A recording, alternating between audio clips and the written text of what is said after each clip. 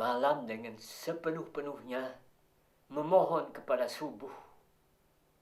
Malam peminta ampun mesti jatuh.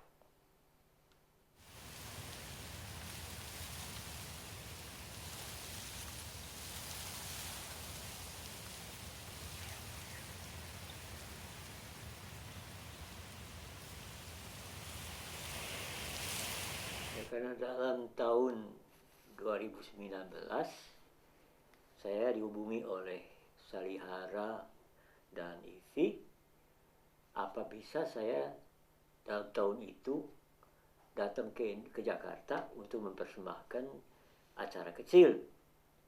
Saya terima dengan senang hati. Usul itu ditarik kembali. Alasannya lebih baik kita mengumpulkan tenaga dan ongkos-ongkos untuk rencana yang lebih besar dalam tahun 2020. Proyek itu ialah proyek pembacaan sajak-sajak penulis Samuel Beckett. Dia sudah dikenal di Indonesia untuk drama-dramanya yang utama. Tapi saya pikir puisinya pasti belum dikenal.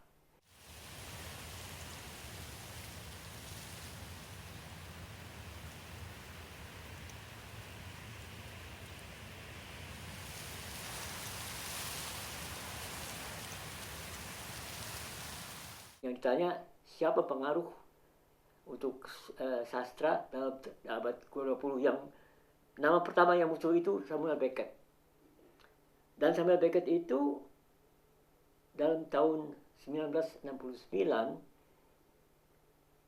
dianugerahi hadiah Nobel untuk sastra. Akademi Nobel menganggap bahwa penghormatan itu bukan saja untuk satu negara, tapi dua negara. Karena memang Samuel Beckett lahir dan keturunan Irlandia.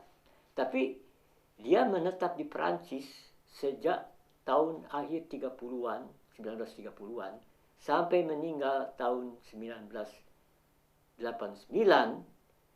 Dia menetap di Perancis, menikah dengan wanita Perancis namanya Suzanne Deschaux-Duménil. Dan dia makamnya ada di kuburan Montparnasse. Semuanya di Prancis.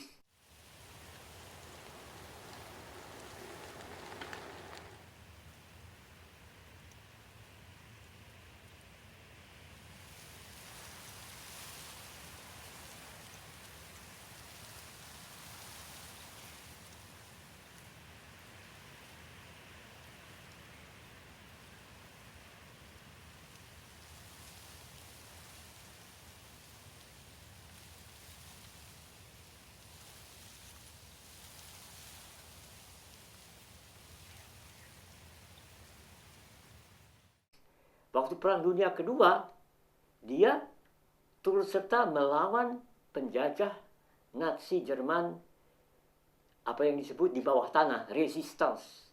Dan dalam tahun 1545 akhir perang, dia dapat medali militer dan negara Prancis, Croix de Guerre.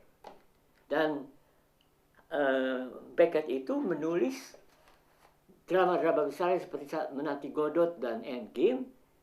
Pertama-tama originalnya dalam bahasa Prancis dulu, sebelum bahasa Inggris. Dan ada 3 trilogi novelnya, Molloy dan Melon Mati, dan yang tak terucapkan 3 buku itu novel, itu ditulis dalam bahasa Prancis dulu, sebelum bahasa Inggrisnya. Maka itu saya pikir Samuel Beckett itu bukan saja sastrawan Irlandia, tapi juga sastrawan Prancis. Berjasanya dalam perang, dalam sastra, dan kehidupannya semua sebagian besar di Prancis. Itulah. Karena saya sekarang sedang menggali berhubung dengan berkas tentang proyek ini, jadinya saya ingin cari di mana, bagaimana itu makam dia di Montparnasse, dan saya ketemu, dan ternyata sekarang bukan tidak terurus itu huruf namanya istrinya, dan dia di dikubur bersama-sama.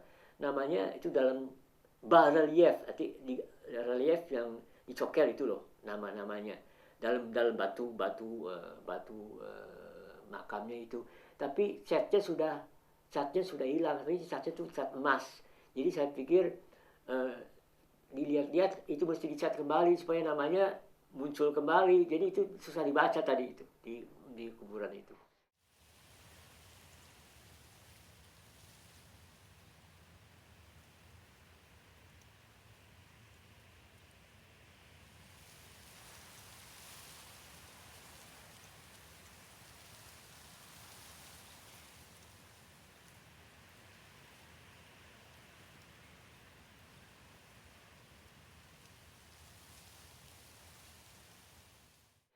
Itu sesuatu yang tidak diketahui oleh siapapun saya pikir, karena dalam studi klub teater Bandung yang didirikan tahun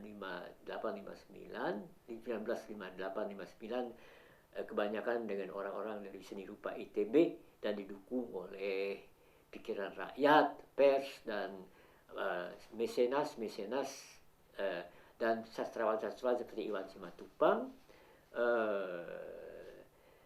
Saya itu sering datang ke perpustakaan British Council dan orang yang berwenang di situ akhirnya saya kenal baik, namanya Mr. J.D. Brickwood, dan dia yang sebetulnya membimbing saya supaya waktu saya masih muda sekali apa yang saya mesti baca yang penting untuk zaman itu tahun 50-an. Dan untuk karyawan-karyawan sastrawan yang paling penting, dia anggap bahwa Samuel Beckett itu yang penting. Meskipun dia orang Inggris, dia anggap Samuel Beckett orang Irlandia itu lebih penting. Dan mula-mula sekali dia minta pada STB apa bisa kami membacakan suatu karya Samuel Beckett untuk peminat-peminat British Council dalam suatu rekaman suara. Dan dia bilang ada suatu karya yang ditulis oleh Beckett untuk radio, dan itu mungkin menarik sekali untuk direkam dan dipersembahkan sebagai acara kebudayaan di British Council untuk semua orang Indonesia yang peminat British Council perpustakaan itu. Dan itu dilaksanakan ialah drama yang ditulis untuk radio namanya All That Fall. Terjemahannya agak sulit, semua yang jatuh, tapi karena saya pikir ada puisi dalam All That Fall, saya pikir apa yang bisa mengikuti itu lagunya itu. Saya pikir masing-masing yang terguling misalnya. Saya anggap sebagai, tapi itu tidak terjemahkan karena rekaman itu ada bahasa Inggris dalam aslinya, dan peran utama dalam drama radio itu ialah seorang wanita tua yang namanya Nyonya Rooney, Mrs. Rooney, dan orang British Council itu menganggap karena suara saya tinggi, dia bilang Anda bisa membaca jadi wanita tua itu. Jadi saya terima, jadi saya itu main peran utamanya dalam rekaman All That Fall Samuel Beckett itu kira-kira tahun 59-60. Itulah mungkin sebelum orang lain tahu Beckett itu, kami sudah mempersembahkan ya untuk satu acara kebudayaan di British Council.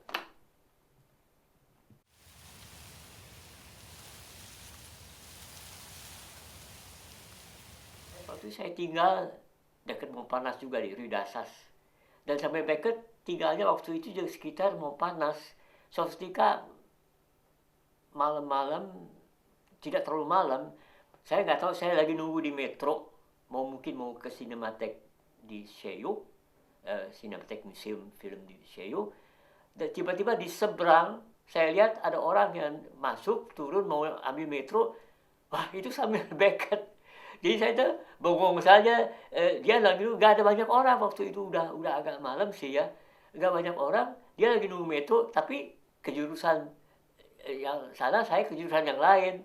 Jadi saya tuh nggak bisa lari ke seberang untuk ngomong. Saya juga waktu itu, ya sayang saya sekarang. Jadi saya lihat sambil Beckett di seberang stasiun metro lagi nunggu, saya juga sedang nunggu. Kemudian bertahun-tahun kemudian, saya diperkenalkan kepada Roger Blanc. Roger Blanc itu sutradara yang pertama-tama mementaskan Menanti Godot. Jadi saya juga waktu itu di kafe, saya diperkenalkan, saya itu agak malu, jadi nggak banyak ngomong, saya saja sekarang. Jadi saya bertemu juga dengan sutradara pertama yang mementaskan Menanti Godot. Yang kedua, sajak pendek, tiap-tiap hari merasa iri hati, mendambakan hidup semua hari. Meskipun pastilah tanpa menyesalkan, dari hari ke hari lahir kembali.